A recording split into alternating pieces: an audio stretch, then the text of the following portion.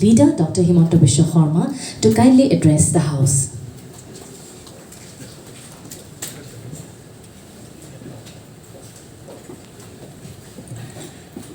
মন্ত্ৰী সভাত মোৰ সতীৰ্থ বিত্তমন্ত্ৰী শ্ৰীমতী অজন্তা নেওগ ডাঙৰীয়ানী, কৃষি বিভাগৰ মন্ত্ৰী অতুল বৰা ডাঙৰীয়া, আমাৰ মাজত উপস্থিত হস্ততাঁত আৰু বয়ন শিল্প বিভাগৰ মন্ত্ৰী উৰ্খা গৌৰা ব্ৰহ্ম ডাঙৰীয়া, হাউচিং আৰু নগৰ উন্নয়ন বিভাগৰ মন্ত্ৰী অশোক সিংহাল ডাঙৰীয়া, ৰাজ্যৰ মুখ্য সচিব জিষ্ণু বৰুৱা ডাঙৰীয়া, মাইক্ৰ' ফাইনেন্স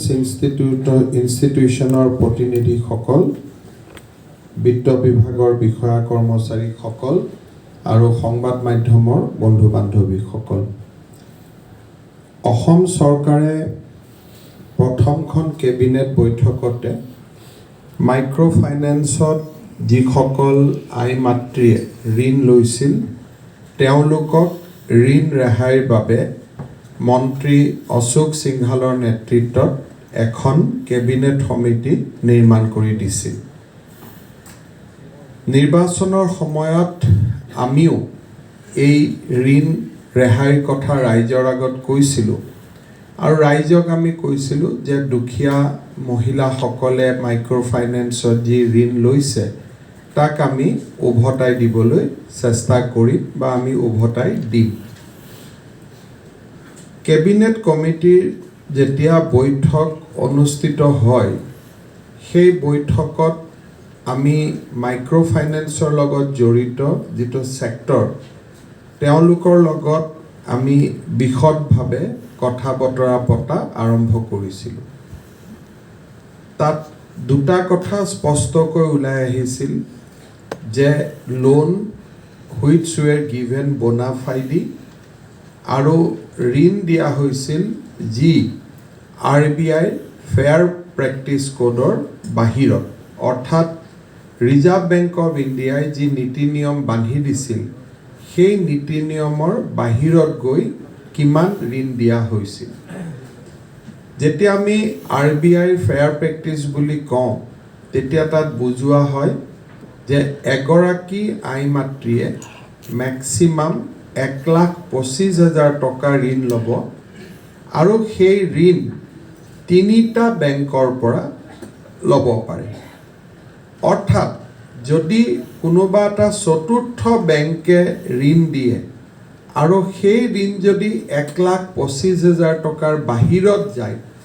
তেতিয়াহ'লে ৰিজাৰ্ভ বেংক অফ ইণ্ডিয়াৰ নিয়ম মতে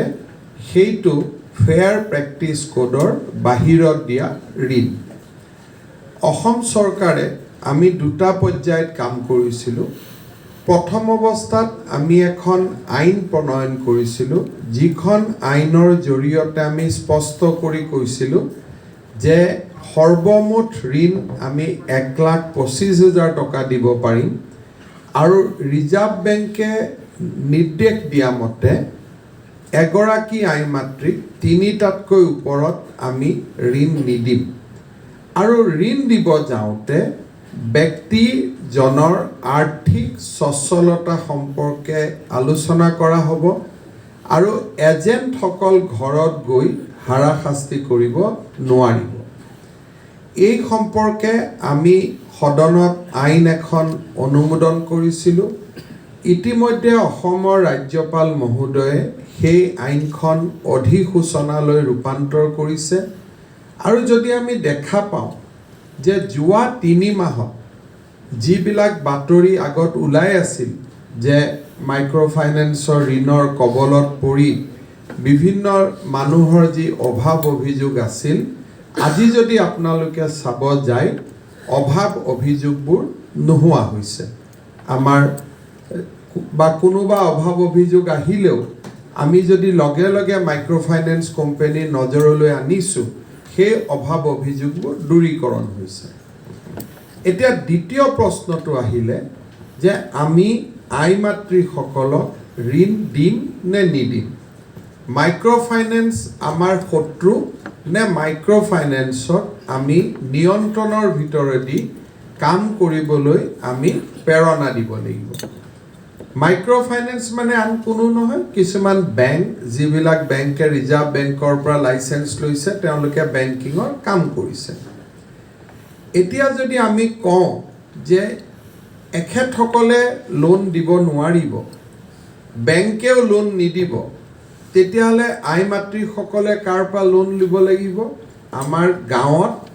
10% সুদত প্ৰতি মাহত লোন দিয়াৰ ব্যৱস্থা এটা চলি আছে আজি যদি আপোনালোকে গাঁৱত যায় বিশেষকৈ আমি যেহেতু গাঁৱত ৰাজনীতি কৰোঁ 100 টকা যদি কোনোবাই ধাৰ লয়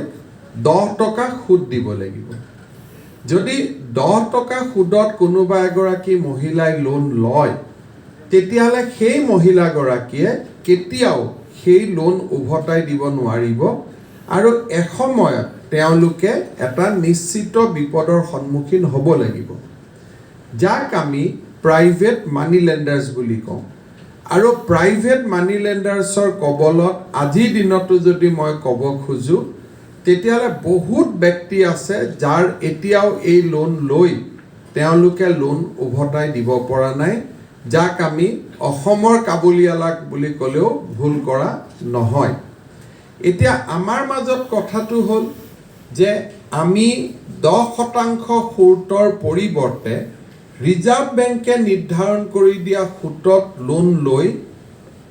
যদি কোনোবাই ইয়াতে বেংকিং কৰে তাত আমাৰ আপত্তি কৰিবলগীয়া একো নাথাকে কিন্তু যেতিয়া ৰিজাৰ্ভ বেংকে বান্ধি দিয়া নিয়মৰ বাহিৰত কোনোবাই যায় তেতিয়াহ'লে তাক আমি নিয়মৰ মাজলৈ আনিব লাগিব এইটোৱে হৈছে চৰকাৰৰ দায়িত্ব আৰু কৰ্তব্য যেতিয়া আমি মাইক্ৰ' ফাইনেন্সৰ কোম্পানীসমূহৰ লগত কথা পাতিলোঁ তেতিয়া 3 বিধ কাষ্টমাৰ আমাৰ সন্মুখত আহি পৰিল এবিধ কাষ্টমাৰ হ'ল যে they are by and large happy তেওঁলোকে লোন লৈছে লোন ঘূৰাইছে আকৌ লোন লৈছে আকৌ লোন ঘূৰাইছে তেওঁলোকৰ কোনো অভিযোগ নাই কিছুমানে এটা লোন লৈছিল এতিয়া দুটা লৈছে দুটাৰ পৰা তিনিটা লৈছে তেনেকুৱা 31 মাৰ্চত 11 লাখ মহিলা আছিলে আৰু জুনত তেনেকুৱা মহিলাৰ সংখ্যা 14 লাখলৈকে উঠি গৈছিলে যেতিয়া কোভিডৰ কাৰণে লকডাউন হ'ল সংখ্যাটো অলপ তাৰতম্য হৈছে কিন্তু দেখা যায় যে বিটুইন 11 to 16 lakhs এনেকুৱা মহিলা আছে যে যিসকলে মাইক্ৰ' ফাইনেন্সৰ পৰা লোন আজি বহুত বছৰ ধৰি লৈ আছে আৰু তেওঁলোকে লৈ থাকিব খোজে দে ৱান্টছ টু ডু সামথিং তেওঁলোকে ব্যৱসায় কৰিব খোজে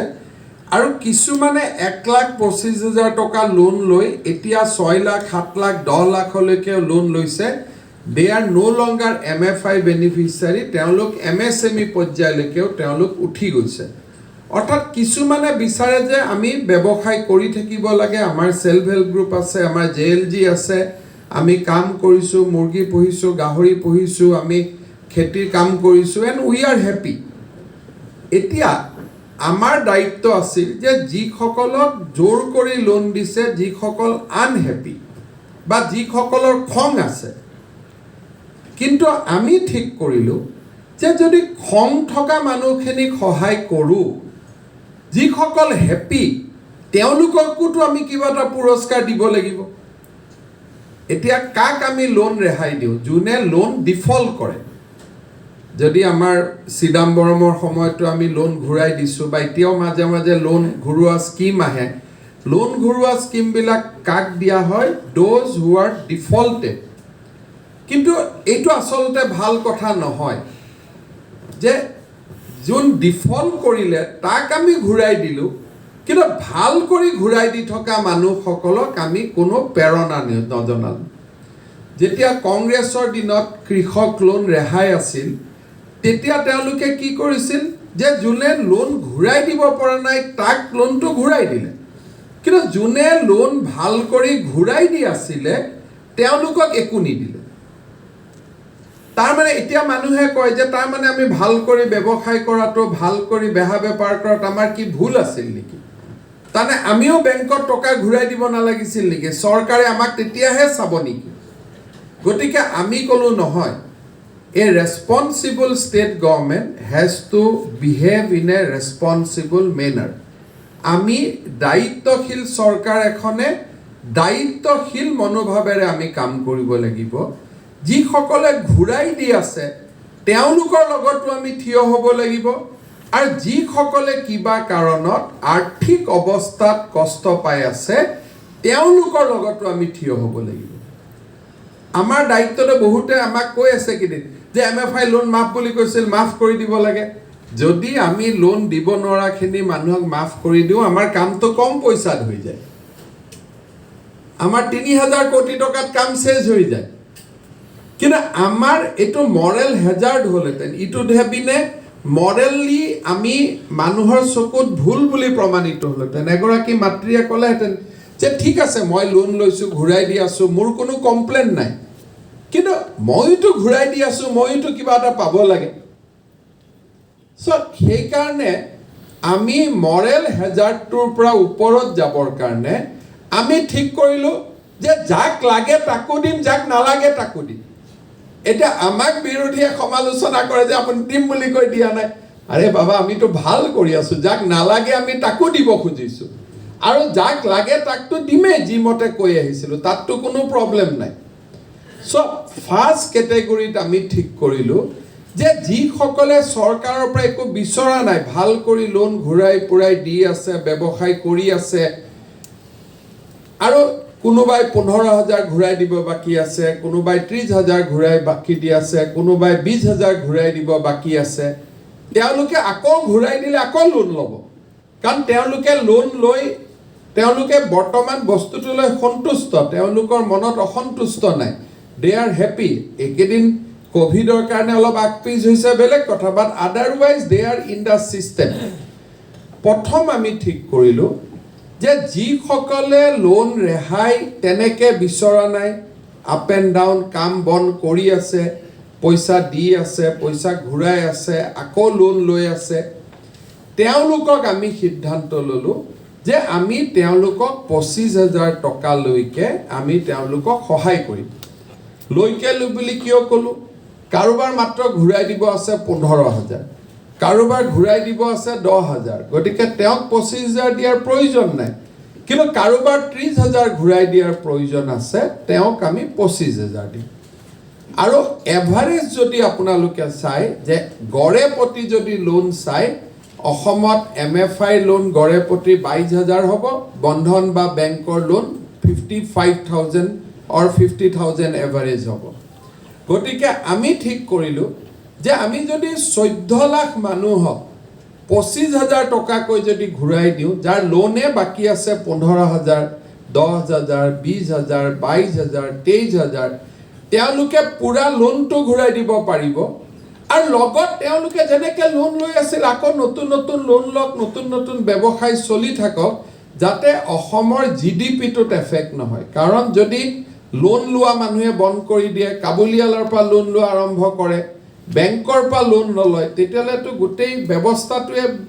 আমি একেবাৰে পাৰ ক্যাপিটা ইনকাম আমি তলত পৰি যাম গতিকে দুইটাৰ সামঞ্জস্য ৰাখি আমি প্ৰথম ঠিক কৰিলো যে প্ৰম পেইং যিসকলে ঘূৰাই আছে দি আছে আনি আছে তেওঁলোকক আমি 25000 টকা লৈকে আমি সহায় কৰিম এতিয়া যিসকলে ঘূৰাই দিব নোৱাৰে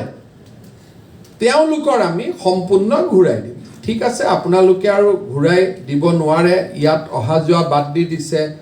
আজি এবছৰৰ পৰা আপোনালোকে ইনষ্টলমেন্টটো দিয়া নাই একো দিয়া নাই আপোনালোক দূৰে দূৰে আছে এইটো সেক্টৰৰ পৰা আমি তেওঁলোকৰ লোনটো সম্পূৰ্ণকৈ ঘূৰাই দি যে আৰু আপোনালোক ঋণ মুক্ত হ'ল এইটো আৰু লাইনত আপোনালোক সোমাব নালাগে কাৰণ যেহেতু কোনোবা টি গাৰ্ডেনৰ এমপ্লয়ি আছিল যাৰ ইনকামে নাই ঘূৰাই দিব পৰা তেওঁ দৰমহা পায় 205 টকা 205 টকা লোন লৈ তেওঁ মাহত পায় 6000 টকা 6000 টকা দি 10000 টকা ইনষ্টলমেন্ট কেনেকে দিব বা 7000 টকা ইনষ্টলমেন্ট কেনেকে দিব এতিয়া আমি যেটো কথা কৈছিলো এইবাৰ ৰিজাৰ্ভ বেংক অফ ইণ্ডিয়াই সেম কথাটো ক'লে যে আৰ্থিক অৱস্থা চাইহে লোন দিব পাৰিব ইমান দিনে আমি যেটো কথা মই 3 মাহৰ পৰা কৈ আছো এতিয়া RBI নতুন ফেয়াৰ প্ৰেক্টিছ কোডত সোমালে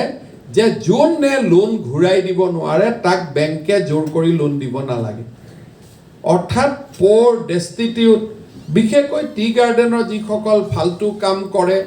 টি গাৰ্ডেনত কাম কৰে 205 টকা দৰমহা পায় তেওঁলোকে লোন ল'ব নালাগে তেওঁলোকক চৰকাৰে স্কিম দিব লাগে অনুদান দিব লাগে অৰুণোদয় দিব লাগে তেওঁলোকক আঁচনি দিব লাগে যাতে তেওঁলোক এটা পৰ্যায়লৈকে উঠি আহিব পাৰে আৰু এটা পৰ্যায়ত উঠি অহাৰ পিছত তেওঁলোকে লোন ল'ব কিন্তু যাৰ BPL ঘৰৰ ওপৰত চালি এখন নাই তেওঁলোকে নিজৰ পৰিয়ালটোক পোহপাল দিব পৰা নাই আৰু বেংকৰ ইনষ্টলমেণ্ট কেনেকৈ দিব তেনেকুৱা মানুহৰ কাৰণে অসম চৰকাৰে অৰুণোদয়ৰ ব্যৱস্থা কৰিছে বিভিন্ন আঁচনিৰ ব্যৱস্থা কৰিছে তেওঁলোকক আমি হ্যান্ড হোল্ড কৰি এটা পৰ্যায়লৈকে উঠাই আনিব লাগিব তাৰ পিছত তেওঁলোকে লোন ল'ব খুজিলে তেওঁলোকে লোন ল'ব গতিকে ইন নাটসেল আজি আমাৰ যিখন আঁচনি আমি MOU কৰিছো তাতে দুটা পাৰ্ট আছে এটা পাৰ্ট যিসকলে ধুনীয়াকৈ ঘূৰাই দি আছে কোনো সমস্যা নাই এজন 31 মাৰ্চ 2021 আমি তেওঁলোকক প্ৰম্পটলি 25,000 টকাৰ এটা পুৰস্কাৰ দিম যেনেকৈ অভিনন্দন আদি আঁচনি আছিল পুৰস্কাৰ দিম কিন্তু যদি 20,000 ঘূৰাই দিব আছে 20,000 পাব 15,000 ঘূৰাই দিব আছে যদি 15,000 পাব কিন্তু যদি 30,000 ঘূৰাই দিব আছে তেওঁলোকে ম্যাক্সিমাম 25,000 পাব আৰু এই কামখিনিত আমাৰ 2.5 বা 3,000 কোটি টকা চৰকাৰৰ পৰা খৰচ হ'ব সেকেন্ড হল যে যোনখিনিয়ে লোন ঘূৰাই দিব পৰা নাই তেওঁলোকক আমি এতিয়া এপ্লিকেশন ফৰ্ম দিম তেওঁলোকে আমাক এপ্লিকেশন ফৰ্ম ফিল আপ কৰি তেওঁলোকে আমাক এপ্লিকেশন ফৰ্ম জমা দিব কোনোবা ডাক্তৰৰ ঘৈণীয়েক তেওঁৰ লোনটো ঘূৰাই দিয়াৰ কোনো মিনিং নাই কোনোবা ইঞ্জিনিয়াৰৰ ঘৈণীয়েক তেওঁৰ লোনটো ঘূৰাই দিয়াৰ কোনো মিনিং নাই কিন্তু যিখিনি নিম্ন মধ্যবিত্ত পৰিয়ালৰ মানুহ আছে দৰিদ্ৰতাৰ সীমাৰেখাৰ তলত আছে তেওঁলোকৰ সম্পূৰ্ণ ঋণ আমি উভতাই দিম গতিকে সেইটো হল এটা সেক্টৰ ফাইনালি এনেকুৱা এটা সেক্টৰ আছে যিটো হল মই যে কলো 1,25,000 লোন তাতকৈ বেছি দিব নোৱাৰে 3 টাতকৈ বেছি লোন দিব নোৱাৰে বেংকৰ কম্পিটিশনত কিছুমানে বেছি লোন দি দিলে আজিৰ MOU খন মতে তেওঁলোকক আমাৰ কোম্পানী সমূহে বেংকে ৰিলিফ MFI সকলে ফুল ৰিলিফ দিব লাগিব আৰু তাৰ কাৰণে ৰিজাৰ্ভ বেংক অফ ইণ্ডিয়াই গাইডলাইনছ বনাই দিছে যে কেনেকৈ ৰিলিফ দিব কেনেকৈ ফুল ৰিলিফ দিব তেওঁলোকে দিব লাগিব তাৰ মানে MFI বা বেংকেও এটা টকা বহন কৰিব লাগিব আমিও এটা টকা বহন কৰিব লাগিব এটা টকা বহন নকৰিলেও হলহেঁতেন কিন্তু তথাপিতো আমি পুৰস্কৃত কৰিছো যে নহয় আপোনালোকে ভাল কৰি কাম কৰি আছে কাম কৰি থাকক ভৱিষ্যতেও লোন লওক আগবাঢ়ি যাওক আৰু সেই কাৰণে তেখেতসকলক আমি 25,000 টকাকৈ এটা পুৰস্কৃত কৰিব খুজিছো বা দে আৰ নট ডিফল্টাৰ 31 মাৰ্চলৈকে ডিফল্টাৰ নাছিলেই লোনৰ তেওঁলোকৰ লগত একচুয়ালি আমি কথা পতাৰ কোনো প্ৰয়োজনে নাছিল তেওঁলোকে একো আমাৰ পৰা বিচৰাও নাছিলে কিন্তু তেওঁলোককো আমি 25,000 টকাকৈ এটা দিবৰ কাৰণে আমি সিদ্ধান্ত লৈছো সো সৰ্বমুঠ এইটো 12,000 কোটি টকাৰ এটা পোৰ্টফলিও 12,000 কোটি টকাৰ পোৰ্টফলিওটোত আমি নাজানো কিমান টকা খৰচ হ'ব কিমানে এপ্লিকেশন কৰিব কিমানে এপ্লিকেশন নকৰিব তাৰ মাজত কিমান যোগ্য হ'ব যোগ্য নহব কিন্তু আমি চৰকাৰৰ ফালৰ পৰা ধৰি লৈছো যে আমাৰ 7,200 কোটি টকা ম্যাক্সিমাম আমি খৰচ কৰিব লাগিব এৰাউণ্ড 7,200 crore বাকিখিনি বেংক MFI বহন কৰিব লাগিব আৰু আমি কিছু যেতিয়া হুমাই যাম তেতিয়া আমি দেখা পাম কিছু লোন হয়তো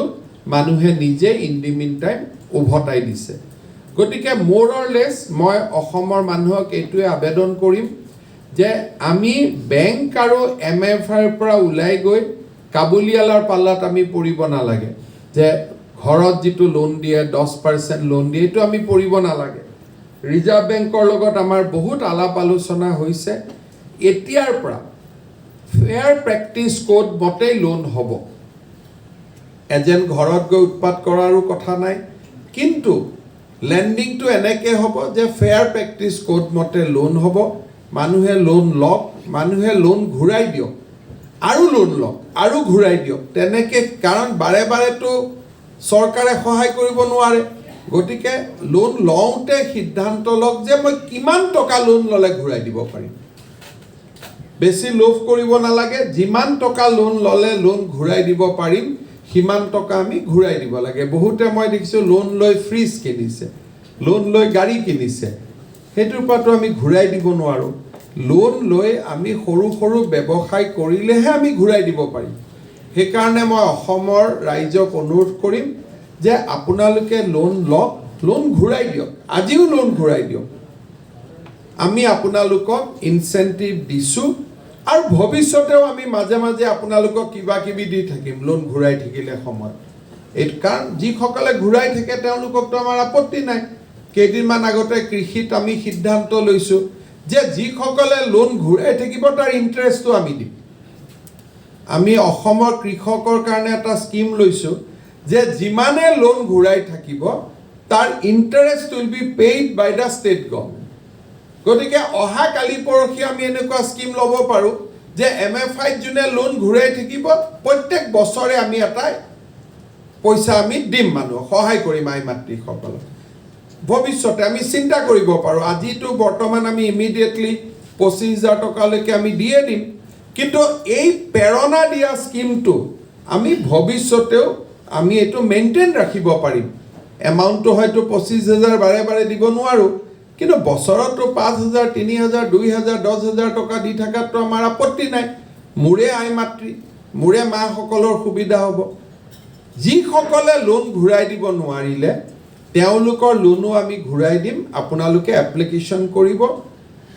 এপ্লিকেশ্যনটো এইকাৰণে কৰিব কৈছোঁ তেতিয়া ধনী মানুহবিলাকে লাজত এপ্লিকেশ্যনে নকৰে মোৰো পইচা বাচি যাব সেইকাৰণে তেওঁলোকে এপ্লিকেশ্যন কৰিব কাৰণ সিদিনাখনে টিভিত মই কেইটামান দিন আগত দেখি আছোঁ এগৰাকী শিক্ষয়িত্ৰীয়ে চিঞৰ বাখৰ কৰি আছে লোন কিয় দিয়ে আৰে বাবা বাইদেউ আপুনি ল'লে কিয় লোনটো সেই মানুহখিনি তেতিয়া নিজে এপ্লিকেশ্যন নকৰিব দৰিদ্ৰ মানুহখিনিয়ে কৰিব চাহ বাগিচাৰ আই মাতৃসকলে কৰিব গাঁৱৰ দুখীয়া মহিলাখিনিয়ে কৰি দিব ঘূৰাই দিলেও পাব্লিকে বেয়া নাপায় কিন্তু ধনী মানুহৰ লোন ঘূৰাই দিলে মোক আকৌ পাব্লিকে বেয়া পাব গতিকে সেইখিনি আমি ঘূৰাই নিদিওঁ আৰু যিখিনি মানুহে সঁচাকৈয়ে লোন উভতাই দি আছে তেওঁলোকক আমি 25,000 টকাকৈ আমি দি যাম আৰু তেওঁলোকে লোন ঘূৰাই দি থাকক মই বাৰে বাৰে কৈছোঁ যে লোন ঘূৰোৱাটো বন্ধ কৰি দিলে লোনটো মাফ পাব কিন্তু ভৱিষ্যতে আপোনালোকে যেতিয়া বেংকৰ পৰিৱৰ্তে কোনোবা কাবুলিয়ালৰ পৰা লোন ল'ব এইটোতো পাৰ মান্থ 10% ইণ্টাৰেষ্ট হ'ব এখেতসকলৰ পৰা বছৰি 22% ইণ্টাৰেষ্ট হ'ব 23 হ'ব ইণ্টাৰেষ্ট কমিও আছে সেইকাৰণে যিসকলে ভাল কৰি লোন ঘূৰাই দি ব্যৱসায় কৰিব খোজে আপোনালোকে লোন ঘূৰাই থাকক লৈ থাকক ঘূৰাই থাকক আৰু যোনে নোৱাৰে তেওঁলোকৰ আমি লোন সম্পূৰ্ণ একো বাকী নাৰাখোঁ কমপ্লিট লোন আমি ঘূৰাই দিম কমপ্লিট ৰিলিফ পাব আৰু তেওঁলোকে বিভিন্ন চৰকাৰী আঁচনিৰে তেওঁলোক আগবাঢ়ি যাব এইখিনি হৈছে থুলমূল এই MOU-খনৰ মূল কথা এই MOU-খন ৰিজাৰ্ভ বেংক অফ ইণ্ডিয়ায়ো অনুমোদন দিছে বিত্তমন্ত্ৰী নিৰ্মলা সীতাৰমণেও খুব ভাল পাইছে এইটো পইণ্টতে ভাল পাইছে চবে ভাবিছিল যে ঘূৰাই নিদিয়াখিনিকহে অসম চৰকাৰে লোন মাফ কৰি দিব কিন্তু ঘূৰাই দিয়াখিনিকো যে আমি পুৰস্কাৰ কৰিম সেই কথাটো কোনেও ভবা নাছিল গতিকে this is one of the best scheme যিটো নিৰ্মলা সীতাৰমণ ডাঙৰীয়ানীও টুইট কৰিছে আমি সকলোৱে দেখিছোঁ যে ঘূৰাই দিয়াখিনিকো আমি কিবা এটা সহায় কৰিছোঁ এতিয়া এইখন আজি MOU হ'ল ইয়াৰ পিছত কৰিবলগীয়া কাম বহুত আছে আমি প্ৰথম লিষ্ট ল'ম কোনসকলে ঘূৰাই দিছে টকা অনুমোদন হ'ব তাৰ পিছত আমি জিলাই জিলাই এই টকাবিলাক আমি দিম in the mean time application যাব যিসকলৰ লোন সহজ ভাষাত NPA হৈ গ'ল ঘূৰাই দিব নোৱাৰে তেওঁলোকক এপ্লিকেশ্যন যাব তেওঁলোকে ফিল আপ কৰি দিলেই আমি তেওঁলোকক লোন ঘূৰাই দিয়াৰ তেওঁলোকৰ ঋণ মাফ কৰাৰ ব্যৱস্থা কৰিম এইটো এটা দীঘলীয়া ৰাস্তা হ'ব কিন্তু অন্ততঃ আজিৰ পৰা MOU-খন কৰাৰ পিছত আজিৰ পৰা এই প্ৰক্ৰিয়াটো আৰম্ভ হ'ল 100 দিনত ইয়াতকৈ বহুত কৰিব নোৱাৰি গাড়ী যিমান স্পীডত চলাব পাৰি চলোৱা হৈছে তাতকৈ বেছি কৰিলে হয়তো গাড়ী এক্সিডেণ্ট হৈ যাব গতিকে 3 মাহত যিমানখিনি পাৰি কামখিনি আৰম্ভ কৰা হৈছে সেপ্টেম্বৰ মাহৰ পৰা পুলিচৰো ৰিক্ৰুটমেণ্ট আৰম্ভ হ'ব শিক্ষকৰো আৰম্ভ হ'ব আজি অলপ আগতে আমি নাবাৰ্ডৰ লগত ফাইনেলাইজ কৰি দিলোঁ যে লোনবিলাক কেনেকৈ ল'ম কেতিয়াৰ পৰা কাম হ'ব কেতিয়াৰ পৰা ক'ত মেডিকেল কলেজ হ'ব যোৱা 2 দিন ধৰি ডিসি সকলৰ লগত আমি 21 ঘণ্টা একেলগে বহিছোঁ কেনেকৈ ৰাইজৰ মাটিৰ পট্টাবিলাক কেনেকৈ এবাৰ আমি ঠিক কৰি দিব পাৰোঁ কেনেকৈ 10 লাখ ঘৰ এবাৰ এই বছৰতে আমি নিৰ্মাণ কৰিব পাৰোঁ যদি 10 লাখ ঘৰ এই বছৰতে আমি নিৰ্মাণ কৰোঁ 11,000 কোটি টকা আমি বিনিয়োগ হ'ব সেন্ট্ৰেল গভৰ্ণমেণ্টৰ পইচা আমি বিনিয়োগ কৰিব পাৰিম আমাৰ কোভিডৰ সময়ত আমাৰ ইকনমিটো আজি বহুত দিন ধৰি সৰু সুৰা সিমেন্ট দোকানী ইটাৰ বেপাৰী কোনেও একো ব্যৱসায় পোৱা নাই এতিয়া যেতিয়া 11,000 কোটি টকা চৰকাৰে সোমাই দিব বহুতখিনি লাভ হ'ব অহা 4-5 দিনৰ ভিতৰত আমি পোৰ্টেল মুকলি কৰিম বাছৰ ড্ৰাইভাৰ হেণ্ডিমেন সকলৰ কাৰণে তেওঁলোকেও এপ্লাই কৰিব পাৰিব 1 তাৰিখৰ পৰা আমি খুব মনত ধৰি লৈছোঁ যে ইণ্টাৰষ্টেট ট্ৰান্সপৰ্টেশ্যনটো আমি খোলাৰ আৰম্ভ কৰিম নাইট ছুপাৰবিলাকো চলা আৰম্ভ কৰিব তাৰ লগত আমাৰ ইতিমধ্যে 7টালৈকে খুলি দিয়া হৈছে পাৰিলে আৰু 1 ঘণ্টা খুলি দিব পাৰি নেকি হেতু আমি চাম যাতে ইকনমিটো আমি বেক টু দা ট্ৰেইল আমি লৈ আহিব পাৰোঁ আজি আপোনালোকে জানে যে কোভিডৰ মাজতো এক্সেপ্ট ট্ৰান্সপৰ্ট সেক্টৰ বাকি সকলোৱে কাম কাজ কৰি থাকিব পাৰিলে কাৰণ অসম গভৰ্ণমেণ্টৰ যেটো পলিচি আছিল যে লাগিলে অলপ দিন বেছি চলক কিন্তু আমি ইকনমিটো আমি বেয়া নকৰোঁ সো হেতুৰ কিমান লাভ হ'ব আমি পিছত বেলেগ ষ্টেটৰ লগত কম্পেয়াৰ কৰিলে গম পাম যে অসমত এইবাৰ আমি বহুতখিনি সিস্টেমটো চলাই ৰাখিব পাৰিলোঁ আৰু কিছুমান মানুহৰ আমাৰ ক্ষতি হৈছে এই গধূলি যে মমৰ দোকান দিয়ে গধূলি চাওমিনৰ দোকান দিয়ে অৰ্থাৎ এটা ষ্ট্ৰীট ভেণ্ডৰ লেভেলত ডেফিনেটলি মানুহৰ ক্ষতি হৈছে আমি 2 দিনৰ ভিতৰত তাতো এটা আঁচনি ঘোষণা কৰিম যে ষ্ট্ৰীট ভেণ্ডৰ্ছ বিলাকক আমি কেনেকৈ সহায় কৰিব পাৰোঁ আজি অসমে এখন মমতাময়ী চৰকাৰ ইলেকশ্যনতো বহুত এনাউন্স কৰে